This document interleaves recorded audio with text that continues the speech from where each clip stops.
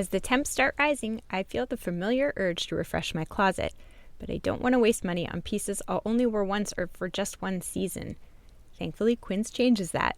Their clothes are timeless, lightweight, and far more elevated than anything else at this price. It finally feels like my wardrobe matches my standards.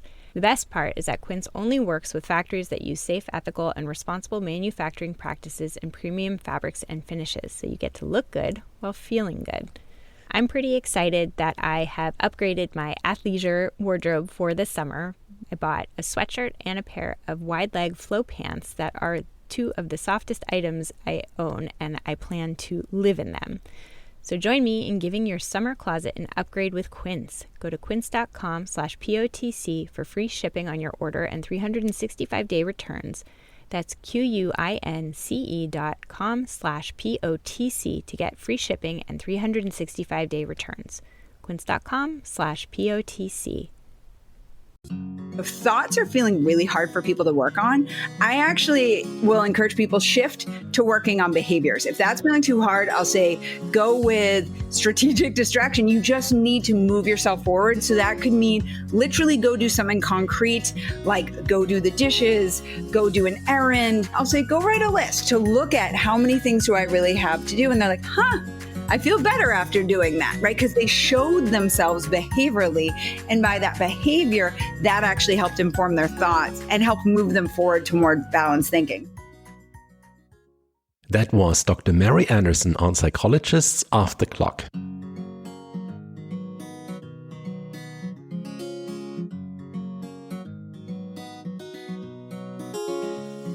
We are 4 experts in psychology here to bring you cutting-edge and science-based ideas to help you flourish in your relationships, work, and health.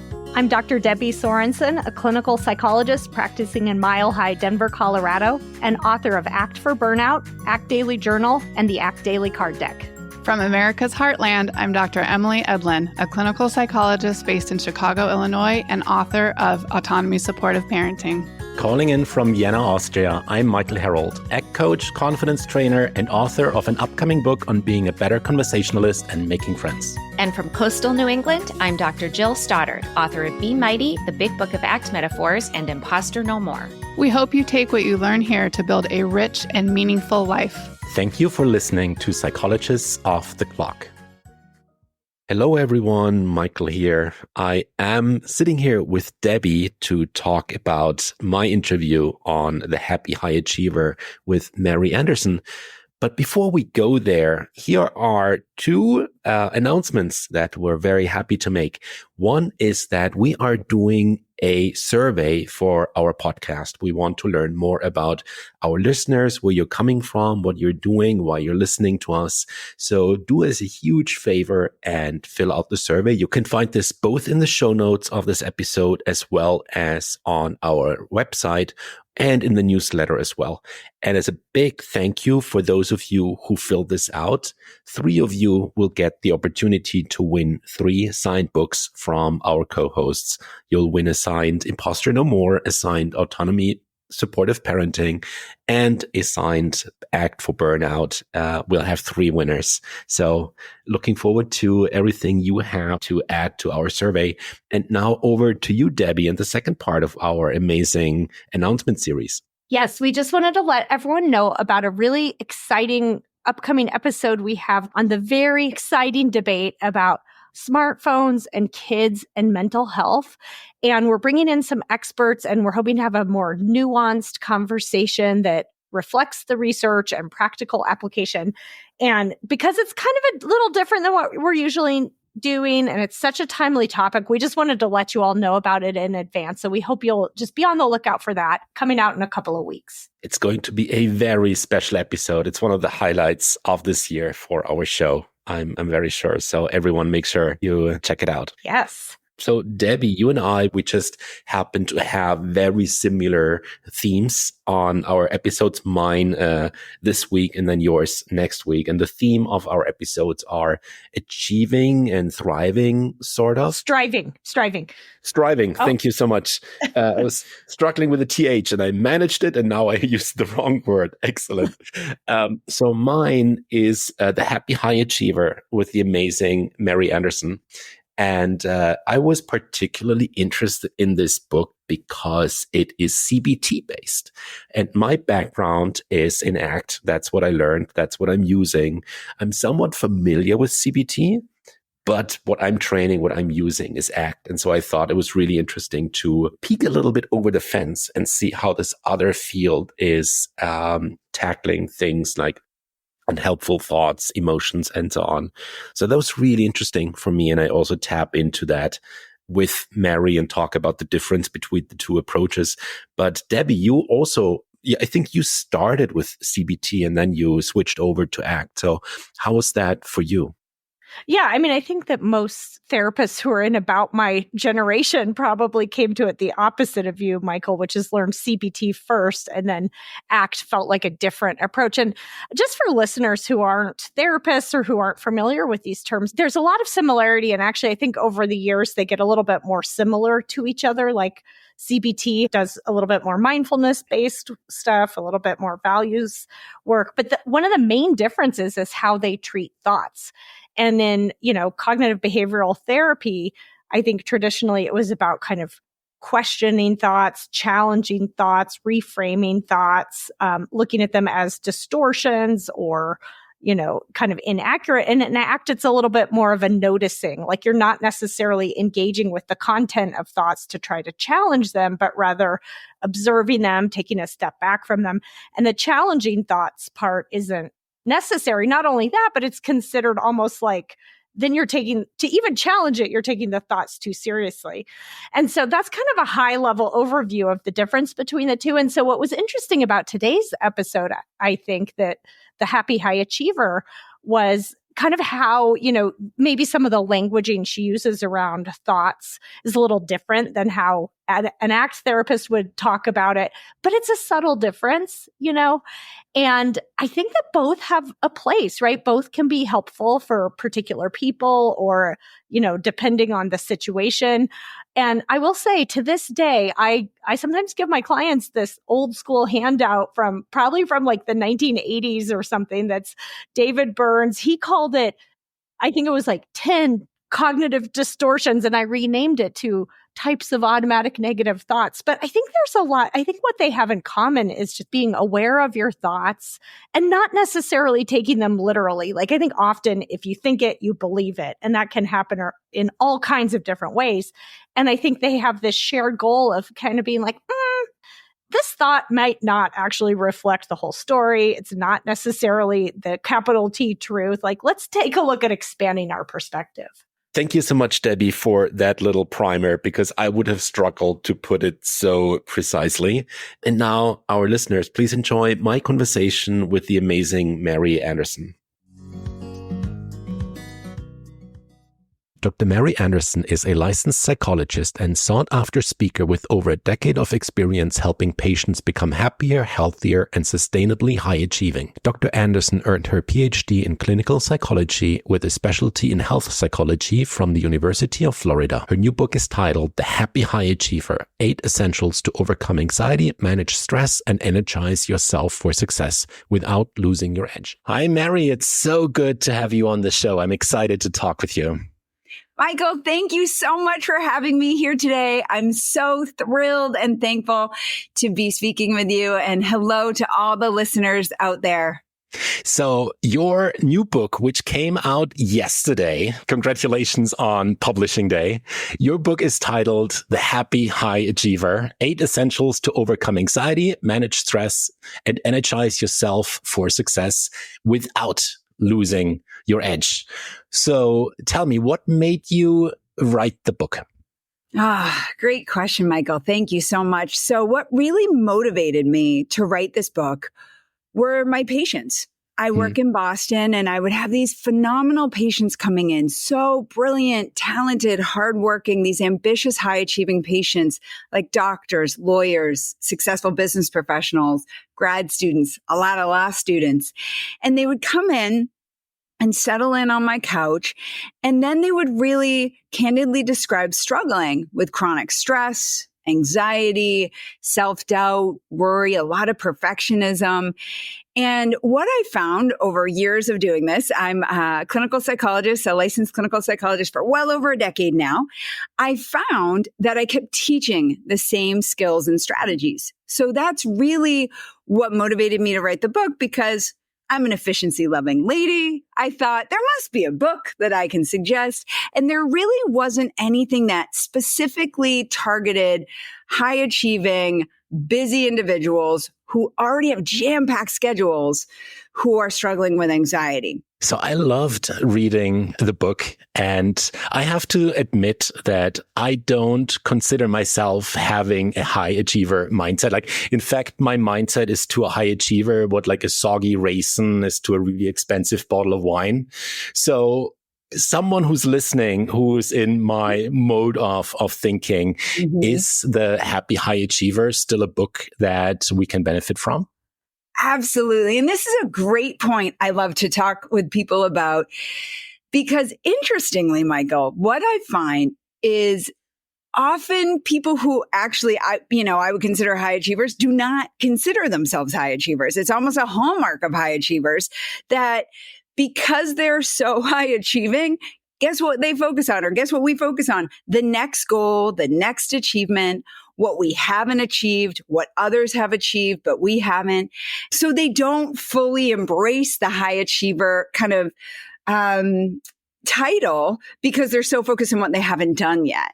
And so I would say out there, if people are like, well, I'm not high achieving enough, I'm like, well, that actually may in fact be a sign that you are a high achieving person. So what I would say, Michael, for high achievers as a definition, because I'm not going to identify who is or who's not, what I would say is if people are motivated to achieve goals and to continually make progress and achieve more and more goals, that's kind of part of what I would say is a high achiever's mindset.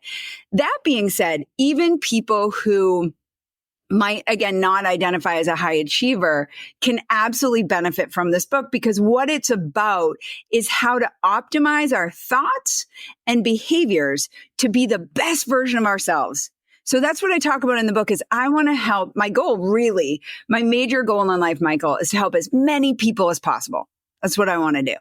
And so specifically, I want to help people be the best versions of themselves as defined by them. So they don't have to, if they don't want to be, considered a high achiever, that's fine. It's whatever you want to be for yourself as the best version of yourself. And how we do that is we optimize how we're thinking and what our behaviors are.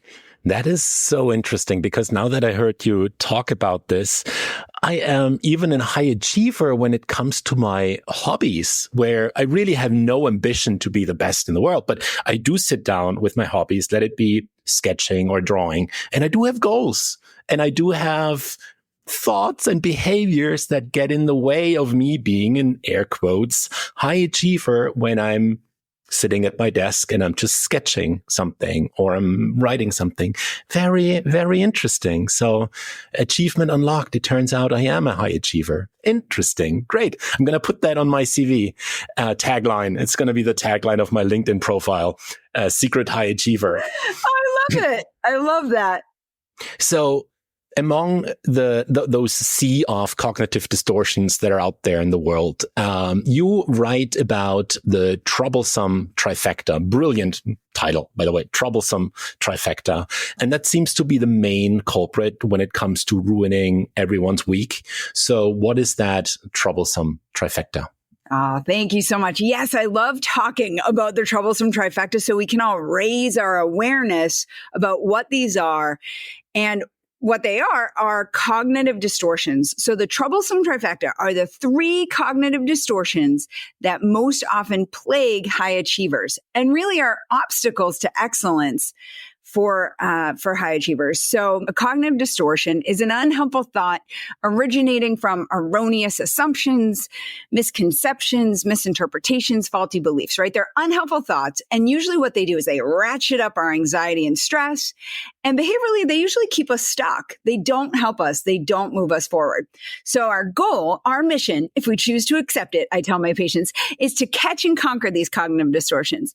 And from years of working with patients, what I found is there was 3 in particular that were so problematic that on the daily, they were really stymieing the ascension, the progress of these high achievers. So here are the 3, Michael. I will go through them so we all can watch out for them on the daily.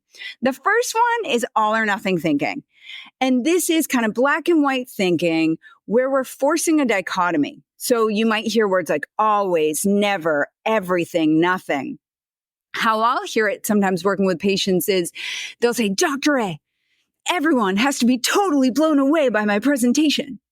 So it really, I call it pressure cooker thinking. It puts so much pressure on us. It's, sometimes people will get to the point where if they think they're not perfect, they're a failure.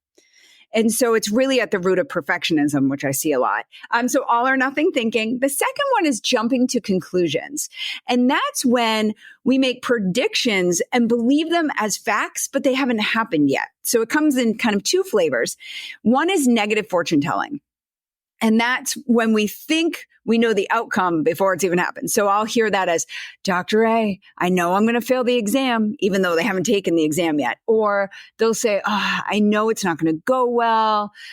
They're not going to like me. I'm not going to get the job I want. And so it's kind of predicting negatively. And if we think about how that's going to impact our feelings, because what we know is our thoughts, feelings, and behaviors are all directly related. So if someone's thinking, this job interview isn't going to go well, how's that going to help them? It doesn't, because they're going to feel more anxious. And then behaviorally, they might not show up as their best. They're going to be more disengaged because they're going to be worrying in their minds. So that's jumping to conclusions, negative fortune telling. There's also jumping to conclusions, mind reading, right? Where we're thinking that we know what someone else is thinking about us.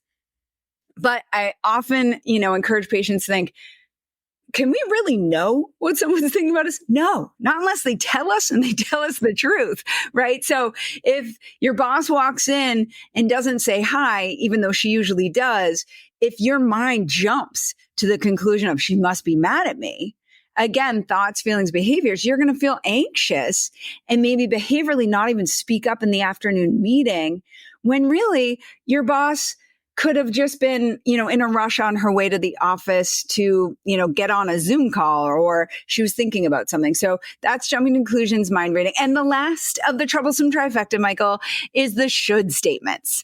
The shoulds. The good old shoulding. Good old shoulds, the hallmark of high achievers' anxiety, which just again ratchets up our distress because we'll feel badly. I should be going to the gym. I should have done this already. I often hear a lot of, I should be farther ahead. I should be farther ahead, Dr. A. I should be able to handle all of this. So we should ourselves. We should other people, like they should be easier to talk to. He should have done this. She should have done that. So we should ourselves, others, and then we should situations where this shouldn't be happening. It shouldn't have gone that way. And so the shoulds is the last one to watch out for. So again, we want to raise our awareness of when we're thinking these, because they're going to needlessly amplify and just, increase our anxiety and stress. And once we catch them, once we raise our awareness, we can take action and we can challenge those cognitive distortions so we can overcome them. And to tie this back to your Mission Impossible note from earlier, this message will self-destruct in 5 seconds. Okay, so now we caught those thoughts. Yes. What do we do with them? Okay. Next up, we've now caught them, right? So we know that we're thinking it. So that's the first step. And just to back up with, how will we know when we're thinking this? Because sometimes people say, well, Dr. A, how will I know if I'm thinking a cognitive? Well, I was about to ask, how do I know that what I'm thinking is actually wrong? Yes. Okay. Because maybe my boss is really mad at me. Right. And maybe I should really work out instead of watching yet another episode of The Rookie on Netflix. Oh my God. So the first step to know that you might be thinking a cognitive distortion is to check in with how you're feeling, because often we don't walk around thinking, what am I telling myself right now? But we know how we're feeling, right?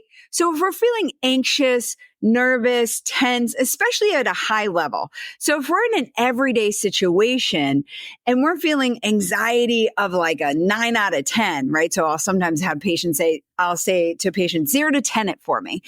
And so if they're feeling anything of like a 7 or higher, so 8, an anxiety of an 8 or 9, unless you're really in a traumatic situation, and that's a whole other kind of situation. But if we're in an everyday kind of situation and feeling high anxiety, that's really our signal to ask ourselves an important question. What am I telling myself? What am I telling myself? Another way that I talk about is where am I shining my flashlight? So our attention is in our control. What thought we're focusing on, we get to choose, right? And so I talk about just like when you're holding a flashlight, you can choose, do you want to shine it to the right or shine it to the left? Now, again, the whole room is there, but if we're shining it on the right-hand corner, that's really what we're going to see. And the left-hand corner stays in the dark. So if we're focusing on a thought like, my boss must be mad at me, that's what's going to impact our feelings and behaviors. So when you're feeling, again, the first step is notice when you're feeling anxious and ask that thought to yourself. Ask yourself, what am I telling myself? Then once you realize what you're telling yourself, so in that case, you would say, well, I'm telling myself my boss must be mad at me. And then you realize that's what's making you anxious. Step 2. So once we raise our awareness, step 2 is then poke holes in that sucker. And what we mean is by asking yourself the question, how might my thought not necessarily be true? Okay. So what we're doing is we're questioning the veracity of that thought. We're trying to poke holes to see, is it completely accurate? And why do we do that? Because so often we just immediately accept our thoughts as facts. Well, my boss must be mad at me. And we just think that's a fact. Now, to your point, you're so right on. She may have an issue with the employee, but she might not, right? And that's what we have to look at because we want to create a balanced thought. Because balanced thoughts, where we take into consideration the holistic kind of view of the situation, that's what's going to move us forward. So in that case, we might say, how is my thought not necessarily true? And so once we've kind of started to question the thought, the last step of a 3-step process that I teach people is to ask ourselves, what thought would be more helpful for me to focus on? Because the truth is, if we're just focused on she's mad at me, is that going to help us? Again, no, we're just going to feel anxious, and behaviorally, it's not going to help us in our day. So if we want to focus on a more balanced thought, I call it new and improved self-talk. What thought might be more helpful? A balanced thought. So the first part of a balanced thought really takes into account reality. Like, wow, that's odd that my boss didn't say hi. She usually does. But, and then here's what I call it, the twist of hope. Use that evidence you just amassed to balance out the equation, right? So again, the first part was, that's odd that she didn't say hi. That maybe feels different for me, but I don't know why. Right. So we're saying, I don't actually know why. She could have been in a rush. Maybe she's mad, but I don't actually know why. And so you can see that's a very different thought. The thought of she must be mad at me versus, that's odd that she didn't say hi. I'm not sure why. Maybe I'll go check in with her later today. Do you see the difference of just by staying curious? And then it even can promote action because we can say, I don't know why. I'll go check in with her. Because again, to your point, we don't want to negate there could be something challenging or difficult. But when we open ourselves up to staying curious, it'll move us forward towards taking a proactive stance of, I'll go check in with her and see what's going on. I'm curious, you use but in there. Yes. And I don't know how much is to that, but there's the saying, like, don't say but, say and, because it combines like both things. And the saying, and I'm absolutely not sure if there's any truth to it, but the saying that if you use but, the moment you use but, like everything that's been said before is kind of like out of the window, like saying, I really like you, but you are sometimes annoying. Like the I like you part is like out of the window. Yeah. Is that just pseudoscience? Is there something to it? Why wouldn't we say my boss didn't acknowledge me this morning and it could be that she's just really busy running to the next meeting? I think it's a great point. And I think absolutely you can use and there's a way I totally agree that it can be really helpful to put both. I think for sometimes what I've found, I think why I started using but was to help people really notice that what they're thinking might not be true. And I think that was kind of my initial thing is, that's weird, but I can't know, because I wanted them to really acknowledge that they might not be fully seeing the whole picture, And so I think that's where it initially was born out of. But absolutely, I love all of it. You can say, but you can say, and I'm super practical, Michael. So I often encourage people, use what works for you. I really believe we're the expert on ourselves. We know what works best for us. So if saying and works better, if that feels better and moves you forward, use and, right? For some people, the but helps them really highlight, oh, that's right. Like, it was weird that she didn't. She usually does, but I can't know. And that helped, again, highlight for them, I might be doing that thing Dr. A was talking about, that cognitive distortion. So I'm a big believer, use whatever works for you. Oh, that's so interesting. So I could use something that works for me. Like I'm thinking through this, and I'm trying not to use too many curse words in this in case kids are listening. So I won't. But I could say something to myself that's along the lines of, my boss didn't acknowledge me this morning. Something is wrong. Screw that. I have no idea what I'm thinking most of the time. So how would I know what, and I can already imagine how that little, screw that would put a little bit of a smile on my face as well, as I'm berating my own mind on that assumption. That's interesting. Okay. So I'll brainstorm some words that I'm going to throw in there that might not always be safe for children to listen to, but they're rarely in my brain, so that should be safe. Hey, Michael here. As you might have already heard, I'm currently working on a book on confidence building, having better conversations, and making friends. Would you like to work with me to make this happen?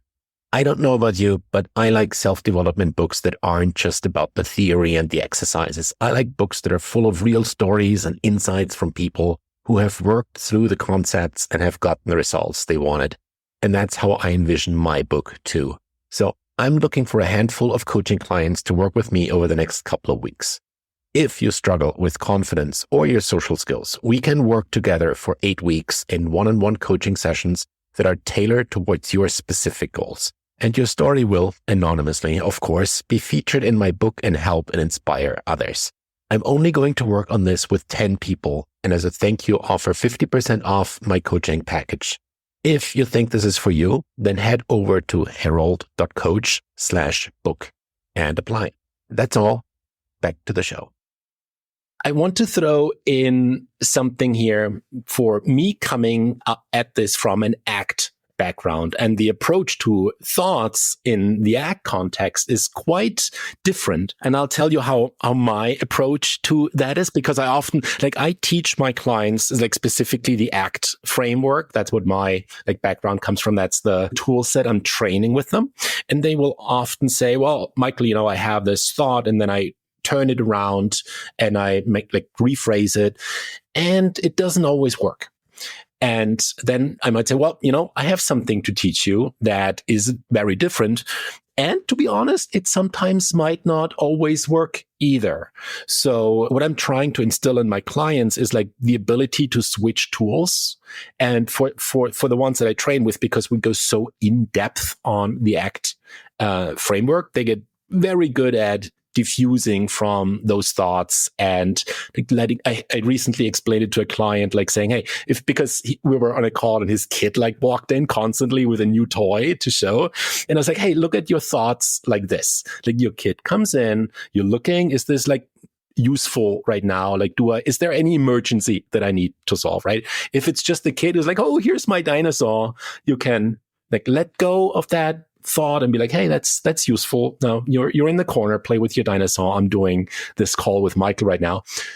And what I explain to my clients is in the context of us working together, like try this out, get good at this, get like really practice this one tool. And then once you got this tool, like you're really proficient with it, you can really use it well. Then you can also switch over to reframing your thoughts. And you do this, but you need to be kind of good at both of them so that you know when to use which. Because I myself find myself doing what you just explained. I will like reframe a thought, and sometimes that's really helpful. And sometimes I also find myself saying like, no, this is a thought that's better handled by just like putting it in the corner and be like, hey, sit there with your little dinosaur, keep yourself busy because I have more important things to do.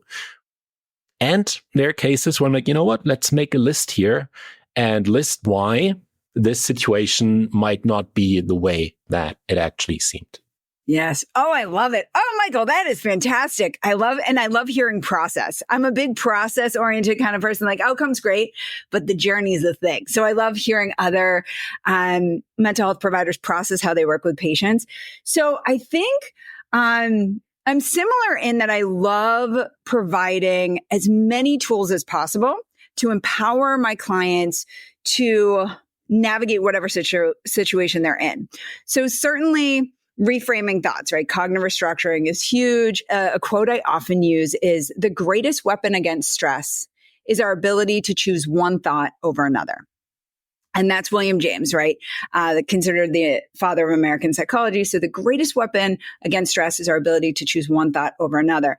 And sometimes what that means is, again, going through that 3-step process. If that's feeling really hard, so again, for cognitive behavioral therapy, thoughts, feelings, behaviors all directly impact each other. So if thoughts are feeling really hard for people to work on, I actually will encourage people shift to working on behaviors. If that's feeling too hard, I'll say go with strategic distraction. You just need to move yourself forward. So that could mean literally go do something concrete, like go do the dishes, go do an errand, write a list. Like I said, sometimes if like writing a list, if people are feeling really overwhelmed and they're just like, I have so much to do, I don't know what to do, and they just can't start poking holes in that, I'll say, go write a list. Go write a list to look at how many things do I really have to do. And they're like, I feel better after doing that, right? Because they showed themselves behaviorally. And by that behavior, that actually helped inform their thoughts and helped move them forward to more balanced thinking. So I definitely encourage them to shift to behaviors if thoughts feel hard. Also, if someone's really having a hard time with cognitive restructuring, a really basic thing that I go back to, or a really fundamental thing is that thought helping you? Again, I'm very pragmatic. I'm very practical. Is that thought helping you? And if it's not helping you and it feels like a struggle to poke holes in it, just acknowledge that and say, okay, I'm having a hard time poking holes in this, but it's not helping me.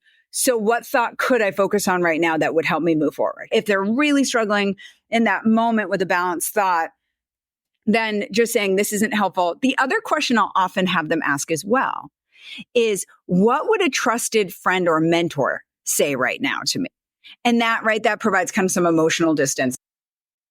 The first essential you talk about is perfectionism, maybe not the thing to go for, and maybe strive for something else instead, which I won't spoiler right now. I'll leave that to you. So what's wrong with this warm, fuzzy, and completely unattainable feeling of perfection?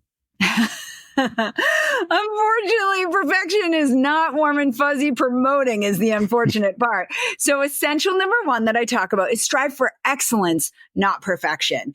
And why that is because perfectionism, I often say perfectionism is the Achilles heel of the ambitious. It really is by striving for perfection that high achievers or just people in general will actually limit themselves.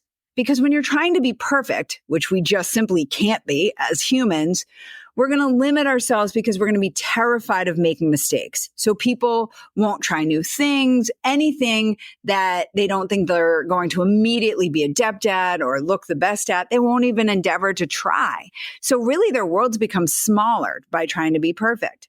So the alternative is not acquiescing to mediocrity and stagnation. That is not what we're talking about, right? Dang, so, okay. I'll take that off my to-do list. Yes. We're not trying to lose our edge. Our drive isn't going anywhere. Our ambition isn't going anywhere. Drive and ambition are awesome. They're advantageous traits. It's just when we have a relentless pace, relentless self-criticism, and striving for an unrealistic goal of perfection, which often is just based on someone else's definition. That's when we get ourselves into trouble and really ratchet up our anxiety and stress unnecessarily. And the thing with perfection as well, and I see this here in Vienna so much, is that we compare our inside to the outside of others. And then we wonder why we're not that perfect. And the reason I see this in Vienna so often is because on Instagram, there are travel photos that everyone posts from their locations that they're going to. And they always look amazing and it's so beautiful. And then I'm strolling through Vienna with my coffee to go. And I see these tourists that have their grumpy faces on and they just hustle to a location. And then they put on a smile and they shake their head to make their hair fly and they snap a selfie. And then you see them type on their phone and put on a grumpy face again and walk off. And I'm thinking like, there are so many people that are going to see this photo and think like, why am I not this amazingly like happy all the time and traveling? It's like, no, I've kind of like seen them.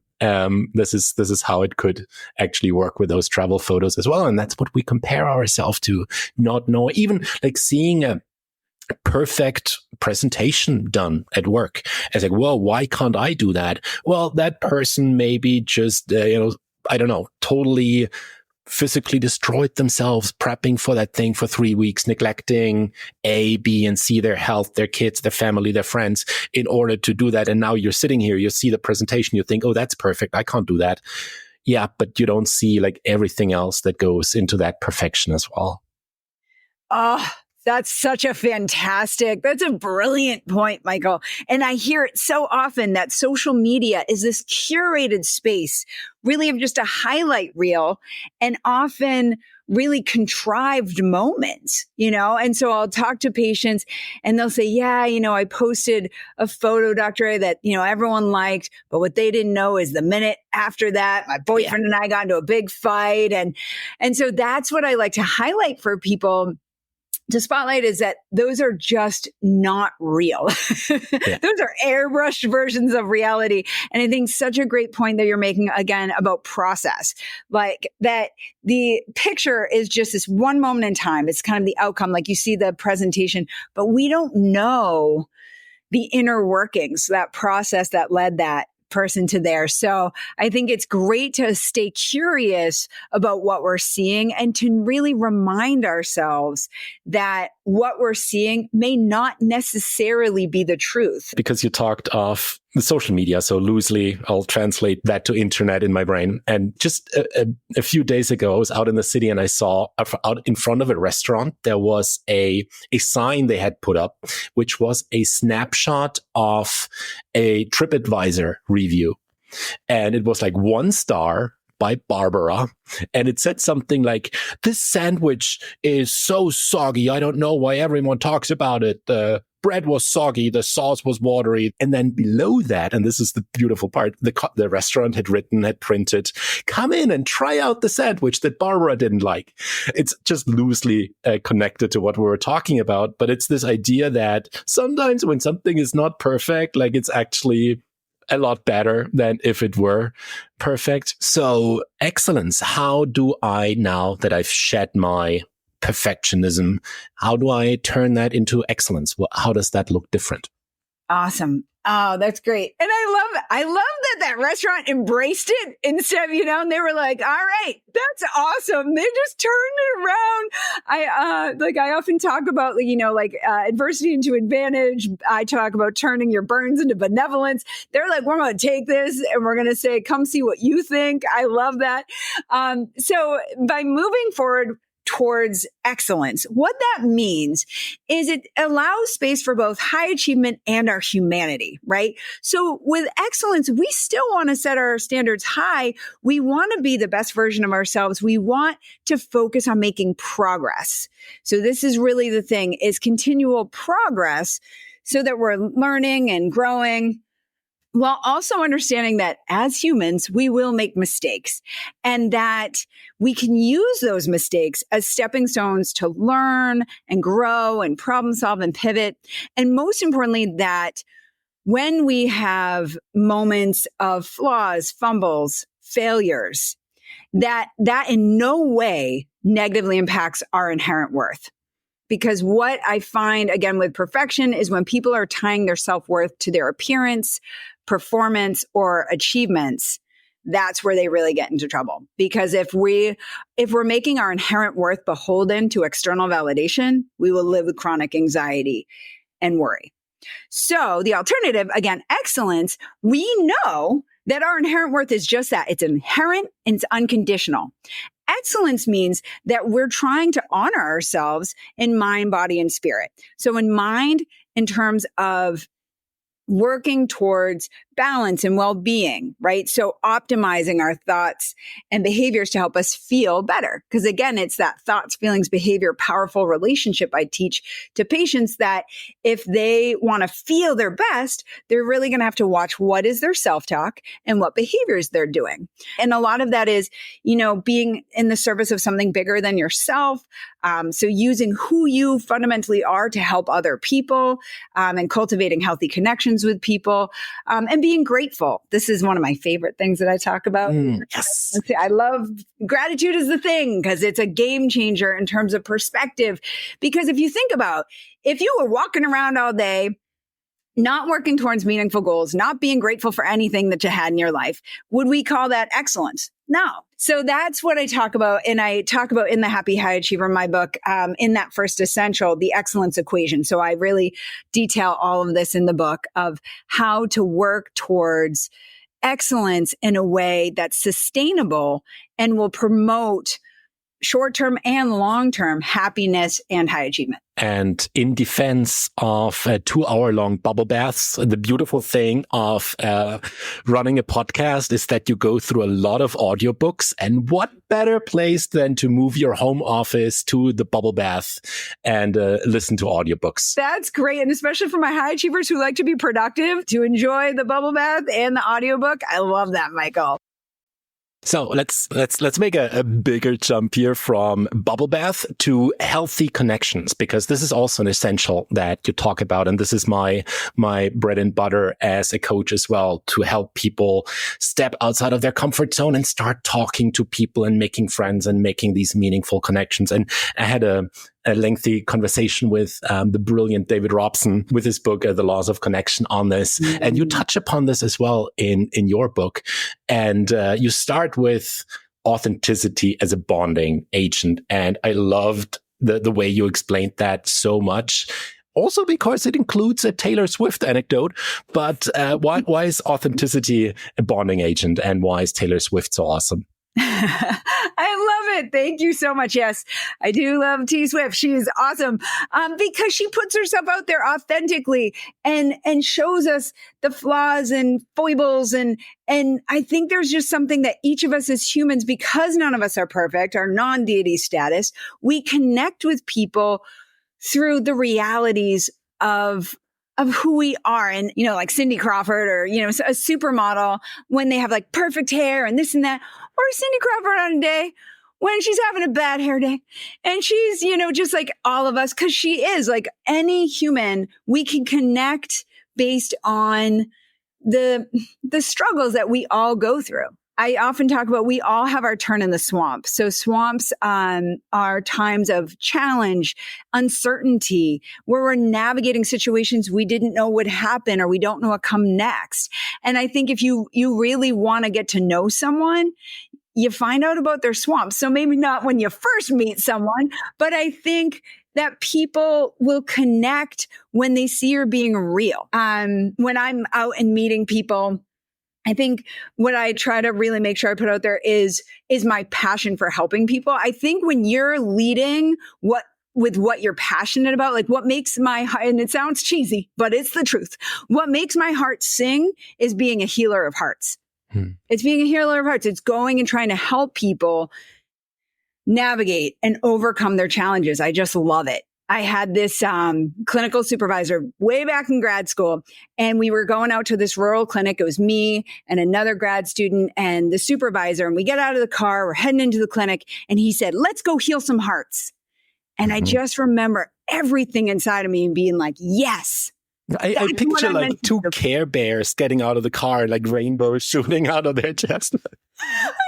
We throw some 80s references in here. With the hearts coming out. I love that. The tender heart. I love it. And it really, but it just made sense. It resonated with me. It's like, yes, let's go heal some hearts. I mean, what's better than that? Like using who you are. And for me, using, science-based strategies that I was being taught. I was like, we can go help people and help them feel better.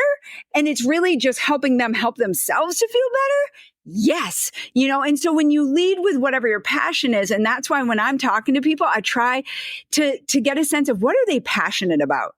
Because anyone, if they're talking about their passion, and I've heard people be passionate about cooking.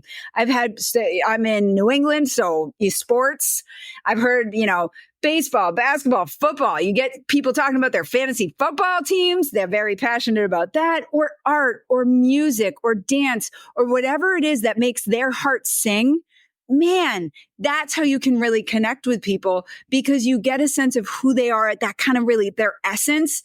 And that's just, for me, that's beautiful. And I think when we start connecting with people to be our authentic selves, even if we don't want to, head into what our swamps of life were, but just to start with the things that we enjoy, again, getting into that, what is something that we enjoy, and finding out what that other person enjoys. It's really amazing how that can really quickly connect people. Yeah, because it's authentic for us to share our passion. And it also adds a little bit of vulnerability to be daring enough to ask the other person to get that more, air quotes, private information than what do you think about the weather and how was your weekend? Mm-hmm. And a question that I love to have my clients try out when they are in small talk and they're ready, like to transition out of the superficial, how was your weekend? How was your day? Kind of like stuff to something more meaningful. You don't want to, like you said, jump into the swamp. You want to have a transition. And something that I advise them to do is to just ask them, what do you like most about it? So you might be, getting your coffee at a coffee place. And what do you like most about being a barista? Or what do you like most about whatever they were just talking about? They were walking their dog. What do you like most about your dog? And what you'll see is that you're tapping into something that they care about. And usually they actually don't even know the answer to that question, which is really interesting. You ask, like, you clearly know what you like most about your job, right? But as a homework assignment, like, ask your barista, ask your hairdresser, what do you like most about your job? And you'll realize that there will be a 5-second pause where they just have to think about the answer, because they don't even know why their passion lies there. And then their smile comes on their face, and it's like, oh, what I like most about being, whatever, fill in the blanks. And also, because I was mentioning scratches earlier when you talked about like the authenticity, I find that people, in getting to know another person, they're trying to be like Teflon, like these amazing like pans one has in the kitchen, and nothing sticks to them. Like, you throw anything in there, nothing sticks, which is beautiful when you're trying to make breakfast. But when you want to connect with someone else, like, the Teflon doesn't help you anymore. Like, because that's where, when you scratch your Teflon pan, like, that's when suddenly all the food stuff starts to stick to, which of course you don't want when you're cooking. But when you're talking with someone, that's where people stick to each other, where the scratches are. And if you're not able or willing to admit to those scratches, where would the other person, we're back in the perfectionism thinking that we were earlier, where it's like, well, if that person is so perfect, how could I ever be friends with them? And, that's where the entire thing ends. So be like scratchy Teflon. Yes, that is brilliant. And that's how we connect, are those things that have happened with us that, it gives somewhere to stick to. It gives us things that are memorable. I love that. And I love the brilliant question, what do you love most? I'm going to use that one, Michael. Yeah, steal it. Brilliant. Let me know how it goes. I was like, I'm writing that one down. That is brilliant. I love it. If you want another one, what's the funniest thing that ever happened while you were doing X, Y, Z? Brilliant. But anyway, so what do you like most about X, and what's the funniest thing that ever happened while you were doing X? So you, in that same essential, you also talk about collecting data on social events. And I found this so interesting because a question or a problem that I often hear from my clients is connecting with other people costs me more energy than I get out of it. Having an awareness of how does it impact me being around certain people, right? So if certain people you're around and you feel inspired and uplifted, that and energized or relaxed and you had fun, that's really informative, right? But if you're around someone, especially if there's multiple times you're around someone and you notice afterwards you're feeling drained, defensive, depleted, that's really informative. And so it's not that we want to judge people, but it's about having discernment about how they impact our energy levels, our thoughts, our behaviors, our stress levels, and really try to strategically maximize the time that you spend with people who inspire and energize you, or you feel seen and valued and appreciated, and try to moderate exposure or minimize exposure to people where you just are feeling drained and depleted afterwards. So the ones that are, I call easy people, are those people like I have one of my best girlfriends since I was 12 years old. She's awesome. I'll get on the phone with Jules and within like minutes, we're cracking up. We're just making each other laugh and having fun. And I'm like, oh, and you can just be like, you don't have to be on. You can just truly just be like, really connect at that. It just feels easy. So again, we can't totally avoid people who are, draining or depleting, but to try to strategically maximize time with people who energize us and moderate or minimize time with people who don't. I'm thinking about this because it's about like collecting data so that next time when we are about to pick up the phone, the question comes up, do I really want to do this? It's like, no, we have the data from the previous evaluations, and the example that comes to mind to me, and I can use that here because my dad doesn't listen to the podcast because he doesn't speak English. For me, it's like, do I call my dad? It's going to be a long conversation and it's going to be like this and this and this. And then I might be procrastinating on it every once in a while. But when I do the evaluation at the end of the call, I'm like, I'm really glad I called. Like every single time, it's like, this was a great conversation. So the next time I'm like, it's time to call dad again. It's like, no, actually, like I wrote this down, like the last 5 times I really enjoyed it. So let me pick up the phone and call dad. Oh, I love it. That's so awesome. And I'm thinking, one of the concrete strategies that I often talk about with people is just keeping a gratitude journal. It's really simple, right? But there's so much research that shows keeping a gratitude journal can really help us boost our mood. It has so many mental health and physical health benefits. So what I do actually every night before bed, I write down 5 things that were meaningful or valuable or good that happened that day. And it really strategically shifts my focus. It focuses my flashlight of attention on things that were, again, meaningful, valuable, or good. And that's such an awesome way to wrap up my day. And also to what you just said, so you could write in your gratitude journal, I'm grateful for my call with my dad. And then that helps you really remind yourself and remember that it's worth it to put in the time and effort, because it is effortful. It takes time and effort to connect with people. So if we're reminding ourselves, hey, I'm grateful I did that, it's again that direct evidence that will help propel us behaviorally next time to do it again. So I have to put the plug in there for the gratitude journal. I can't tell you, Michael, how just profoundly positive effect that it's had even in my own life, writing those 5 things, because even during difficult or challenging seasons of life, I've always been able to find 5 things to be grateful for. And there's just something about that helps keep that balanced perspective. So it's like, okay, X, Y, and Z might be going on, but I have these 5 things I can still find that are things that are meaningful or valuable or good. And with gratitude, I try to watch out for saying, be grateful for all the positive things in life. Because sometimes people are going through really challenging situations when they come and see me. I'm a health psychologist by specialty. So people have just got a new diagnosis. They've just got diagnosed with cancer, or they're navigating, medical regimens of complexity because they have an autoimmune issue or chronic pain.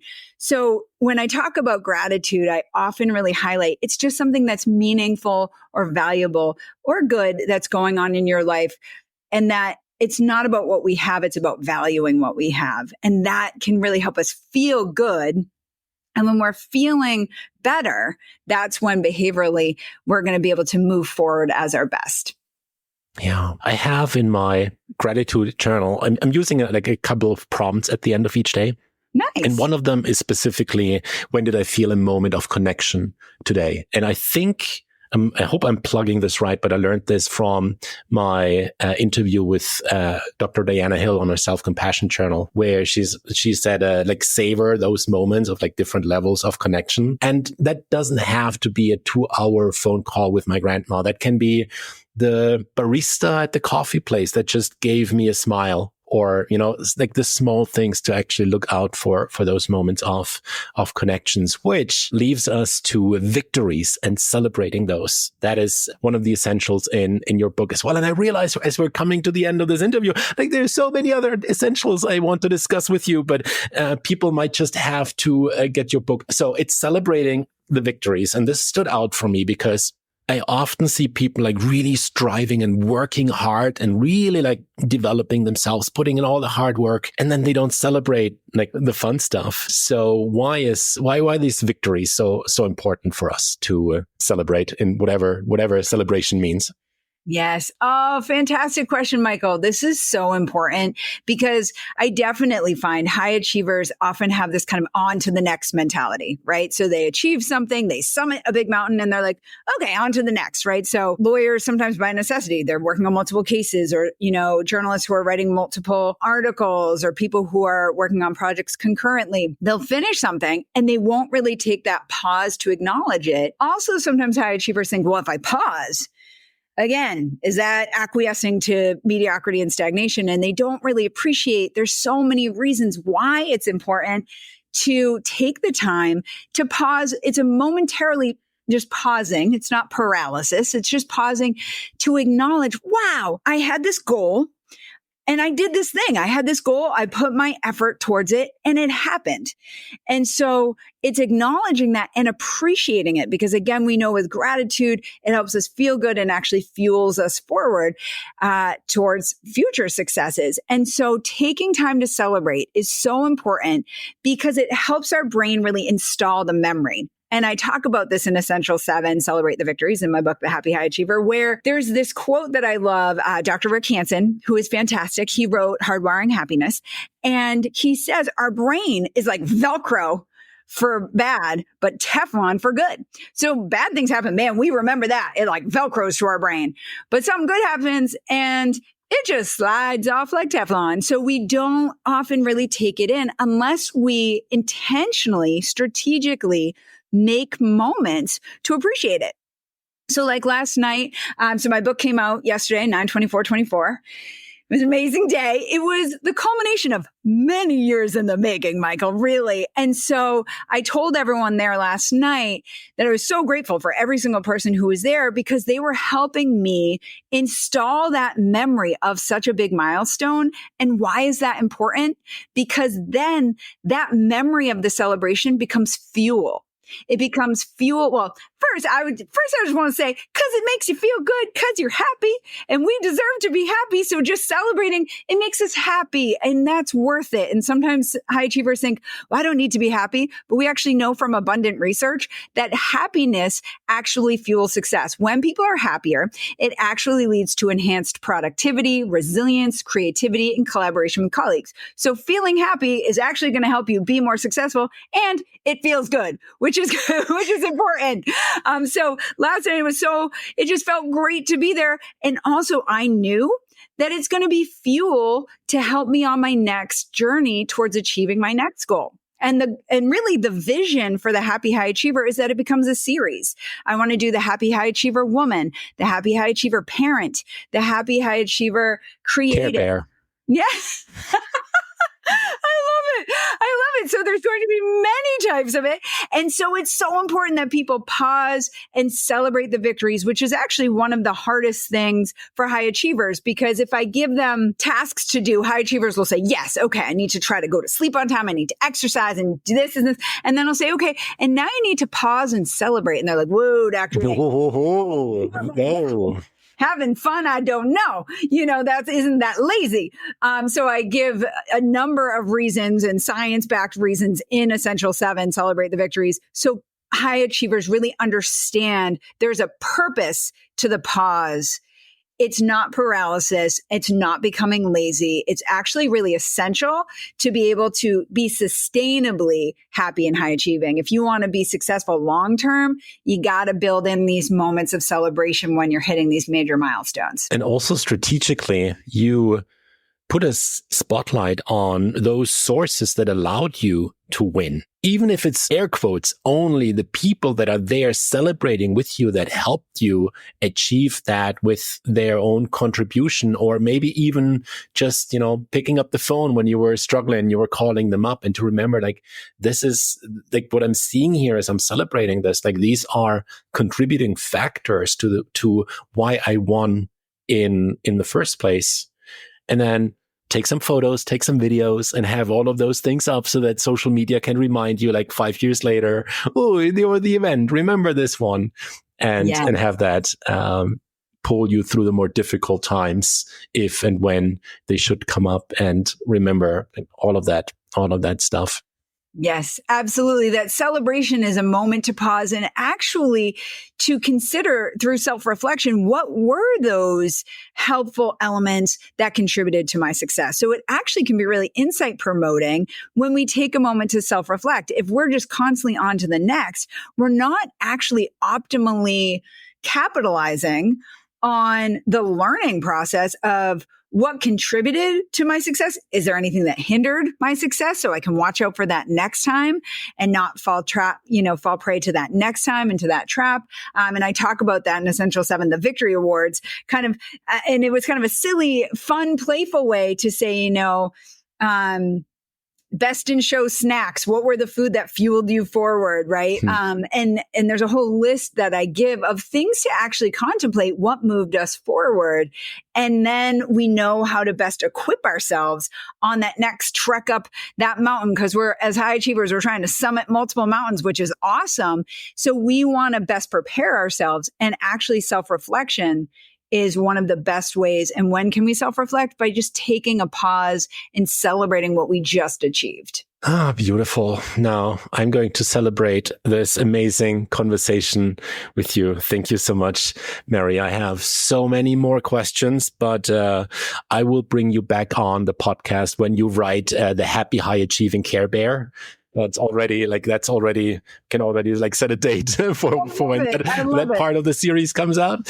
But I've been asking so many questions. Is there anything that we should still discuss that I haven't asked you yet?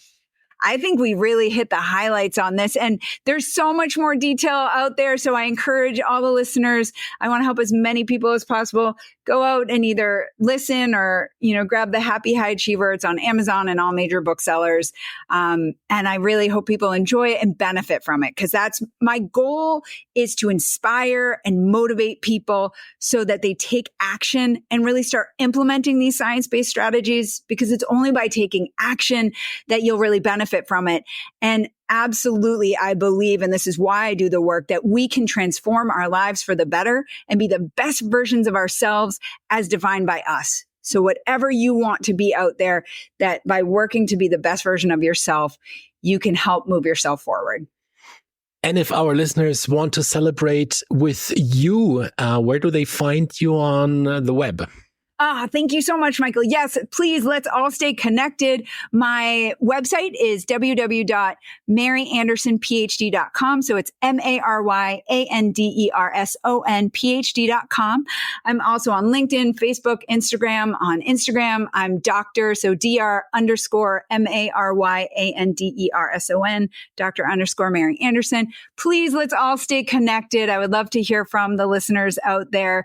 what is resonating with you? What are future books that you'd want to read? What kind of happy high achiever? I have people asking for the happy high achiever entrepreneur, the happy high achiever lawyer, the happy high achiever with ADHD. People have asked a lot for that recently. So I am open and excited to hear feedback from everybody out there. And you can ask Mary on social media what was the funniest thing that happened as she was writing her book, and I let her answer the question in her inbox. Thank you so much for your time and for your excellent book and for all the insights you shared with us today. Oh, thank you so much, Michael. This was a delight. You are fantastic, brilliant. I'm definitely using so many of the strategies that you talked and shared about today. You are phenomenal. This has been so much fun and so meaningful to me. So this goes on the top spot in my gratitude journal tonight, Michael. Absolutely, this conversation with you. So thank you, thank you, thank you. Always striving for excellence. Okay, Mary. Thank you. Thank Bye. you.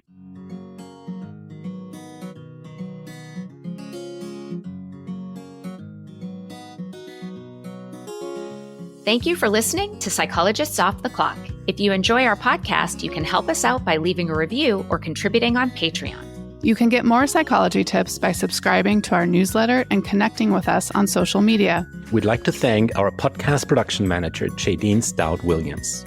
This podcast is for informational and entertainment purposes only and is not meant to be a substitute for mental health treatment. If you're looking for mental health treatment, please visit the resources page of our website, offtheclockpsych.com.